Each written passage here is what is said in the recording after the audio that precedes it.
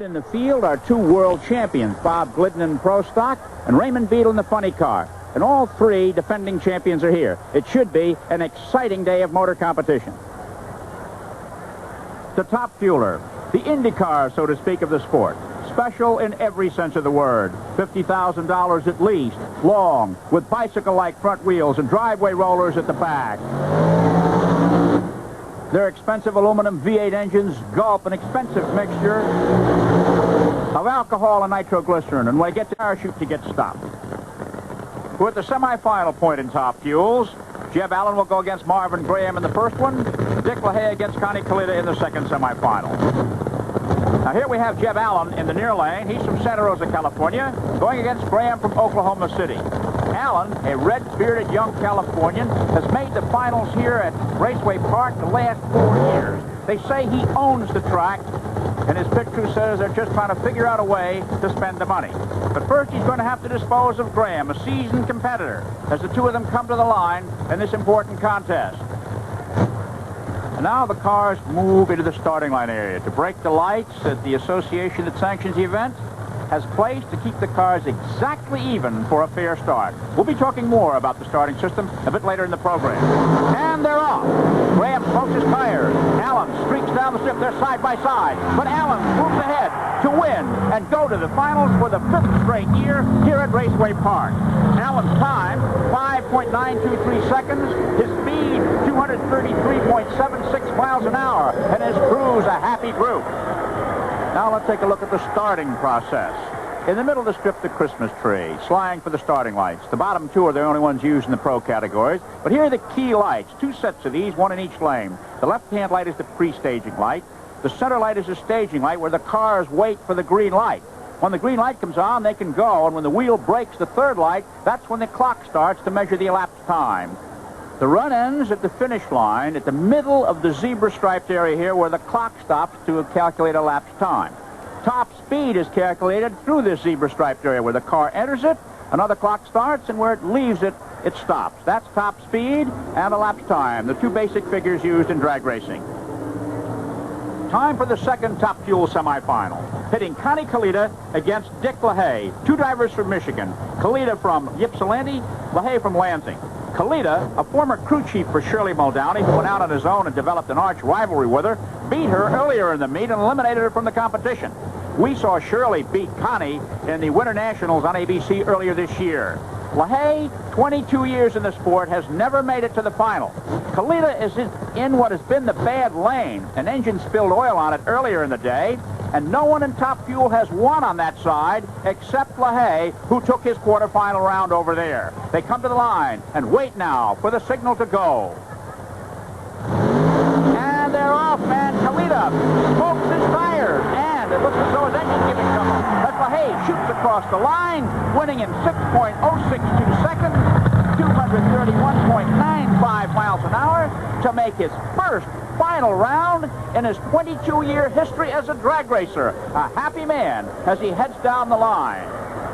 And he should have his hands full with Jeb, particularly popular cars, because he drives them for a living. A 15-year veteran of the sport, Harris has paid $50,000 to manage his team, which is based in Trenton, New Jersey. He's responsible for every aspect of the operation, including driving the car. Married and the father of two, his wife is frightened by drag racing and has seen him only race twice. A 15-year-old daughter is too busy aspiring to be a figure skater to come, and his young son can only come now and then. We asked him then, why does he drag race?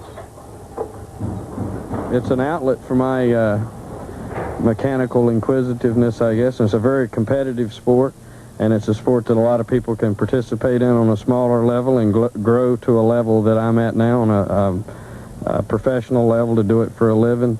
For the first 15 years that I did this, it was a financial burden. It isn't now because I'm an employee, and I get paid every week, so all I have to think about is doing as well as I can. I was told that it cost $5,000 to get this car to a national weekend. The first $2,000 is for getting there, crew salaries, and motels. The other $3,000 goes to keeping this baby in competition. As an example of some of the prices that are paid today, a pair of these slicks cost $425, good for about 6 runs. 2.5 miles is all, but that'll get you through a national weekend if you make the finals. Then $1,000 is budgeted for engine spares. I asked car owner Tom Ryan, what if nothing goes wrong with the engine? He looked surprised and said, something always goes wrong. Sometimes as much as $3,000 worth. So with these kind of expenses and a top winner's purse of $5,000, how can you justify racing in the red? What you want to know is why do we do this at such a money-losing proposition? It really isn't. We have a sponsor that we're trying to further the name of that sponsor, trying to acquaint the drag racing fans with that product. We earn money with the car, and with our sponsorship money and the money that the car owner puts in the car, we can make ends meet. But it is not profitable business on what the car can earn on its own in prize money. There are contingency prizes, monies awarded by smaller companies that are involved in the sport, which makes a win somewhere around $8,000 to $10,000 if you have the right affiliations. And so it's on to the truck and off to the races. And drag racing, like every other form of motorsport, has its qualifications. The field of funny cars here numbered 30, and only the 16 fastest go into the eliminations. But in Harris's 5th run, the car broke a water line, and he had to take it back to the garage for repairs. Just to qualify at a national event now is an accomplishment, because the qualifying times are very close, and this is a very fragile business where a broken valve or a blower belt or just any small mechanical failure can ruin your whole day. And last night, Roy Harris brought his car back for the last attempt to qualify. He was in line. The hood went up, however. A sick fuel pump, and Roy Harris's luck was as black as the impending night. And the car was towed away for the last time. There are many long walks in sports, the relief pitcher to the showers, the quarterback to the sideline. And so, Roy Harris's long walk, through as a driver for the weekend, is to the spectator area. To say that we're a loser isn't fair to all the people that make the effort they do to compete in this sport. Everybody can't be a winner, and I don't feel like a loser. And his love for the sport puts him in the stands on Sunday. The first of 2 funny car semifinals, pitting Blue Max Raymond Beadle in the near lane against 4-time world champion Don Perdum. Al Segrini and Billy Meyer make up the second semifinal. Beadle is just back from England, where he swept the card every time out, and Perdum is going for a 30th national victory. And they're off. Perdum streaks ahead to leave Beadle in the rock, and he may get that 30th national victory. Perdum's time, 6.056 seconds, over 238 miles an hour. Perdum said earlier that he came to the Summer Nationals with a game plan. Had to do with his engines. He qualified on one engine, and he's saving his best engine for the finals. We'll be back for more in 1 minute. And the second semifinal with Billy Meyer in the near lane. He's from Waco, Texas, and Al Segrini from Easton, Massachusetts in the far lane. Meyer's been dragging since he was a teenager and has aspirations to someday set the world land speed record. Here he is in his bright yellow car. Look at that fiberglass body vibrate under the horsepower of that engine. These funny cars have the engines up front. The driver's legs are alongside the bell housing, and if a flywheel explodes, it could be very dangerous. The funny car of today is considered perhaps the most dangerous of all drag racers. And starter Buster Couch tells them to shake a leg and bring their cars to the line, keep the program moving. And now Segrini moves in for the ever-thrilling start. There they go. Segrini swivel. And Meyer streaks. An easy win for the youngster from Texas. 6.168 seconds is a lap time. His speed, 233-plus miles an hour, in winning the semifinal and earning a starting spot alongside the most feared man in funny car racing, Don Perdum. Like Perdum, Meyer's operation is heavily financed, but in Perdum's case, he just oversees the work. Meyer, mechanically oriented, likes to do his own work, and he'll be working on his car right up to the final time that may well put him at a disadvantage when the lights go green. How do you look at Meyer in the final? Well, you know, he's a very talented guy. He's been running all these national events. He's been right there, and, you know, you just never know. He stands as good a chance to win the race as I do. Well, you've won 29 of them, so you know what it's like to win. Tied with Bob Glidden, incidentally, for overall wins. A win today might put you ahead of everyone else. Yeah, it would kind of be nice to win that 30th national event, that's for sure, but then I'd probably want to win 40 or 50 more. Why not? Sure. And the snake takes it easy, waiting for the final while his staff does the get-ready work. It's pro stock time now, with the semifinal rounds coming up. And it's been said that pro stock is one of the toughest series in which to field a car because of the restrictive rules. In funny car and top fuel, special parts can be used, but for these cars, they must come from Detroit. Lee Shepard in the far lane, and Joe Satmary on the near lane in the first semifinal. Bob Glidden and Frankie Iaconio in the second semifinal. And the two drivers, both wheeling 1980 Camaros, drag racing versions thereof, inch to the line, and they're off. On in the near lane. Satmary fouls, red lights. He left the fight too early. I don't believe he knows it, and certainly Shepard doesn't know it. And Shepard streaks across the line, 8.511 seconds, 160.42 miles an hour. And so Lee Shepard goes to the final as Joe Satmary is disqualified. A season of drag racing to those who take part in national events is worth about $3.5 million for the 11 races from California to Canada and Florida. However, of that $3.5 million, the tracks themselves put up less than a third. Here in New Jersey, the total prize money of $448,000, the track puts up $98,000, and American business almost $350,000. The story is in the decals on the side of the car. Each one worth between $400 and $600. On this car, there's 30 such signs. And if he does well, the $2,500 first prize money can be quadrupled to over $10,000. It's a case of American business helping a sport that gets more expensive every year. And the best crowd in Summer Nationals history seems to be enjoying the proceedings. We'll be back for the second Pro Stock semifinal after this. Lane, Bob Glidden, the four-time world champion, defending race champion here in the far lane as they come to the line, waiting for the starting signal. Inching up, Iaconio from New Jersey, they're off. It's close. Very close. Side by side. But it's Glidden going to the finals again. He uses his parachute to get slowed down. Iaconio can almost toast home to Totowa. Glidden, 8.507. 158.7 miles an hour, and his wife, Etta, still has a worried look on her face. She's also his crew chief. And there's the matchup. Shepard against Glidden in the final. Glidden's 8.507 time is faster than Shepard's 8.511, and that means he'll have lane choice. Well, that concludes the preliminaries in the professional categories. We'll be back later in the show for the finals in the pro categories and a look at the grassroots segment of drag racing, the sportsman categories, and how they fared here at Englishtown. And now, let's go back to Bartlesville, Oklahoma, and Bill Fleming. Township Raceway Park near Englishtown, New Jersey for the 11th annual running of the NHRA Summernationals. The preliminaries are out of the way, and the finals will be coming up in a matter of moments.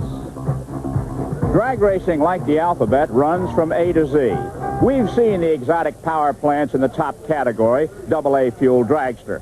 Now we're looking at the engine in a 1973 Vega that races in the slowest category, Z stock automatic and stock eliminator. A car like this can be found on a used car lot for about $500. Another $1,500 for modifications, racing wheels and tires, tickle the engine a little bit, put a shifter in it, and it can be driven to work every day and to the strip on Sunday. And it could very well win its class against, say, a Corvette because of the handicap start. And now, let's take a look at the sportsman finals, starting with stock eliminator.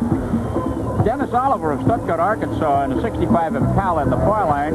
He went first on the handicap start because the Corvette in the near lane, driven by Frank Ham, is more powerful. It was an exciting race and extremely close. And the handicap worked out almost dead even as Ham came up the line and to nail him. Now, it looks to me like the Impala won, but the electric eye says the Corvette won for Frank Ham. It was his first final against a three-time winner of national events. In Super Stock, we saw Richard Griffin of Gainesville, Georgia, in the near lane driving a Barracuda against Bob Michael of Maineville, Ohio, in a 73 Firebird. And again, the handicap start made for a close finish as the two men approached the finish line almost side by side.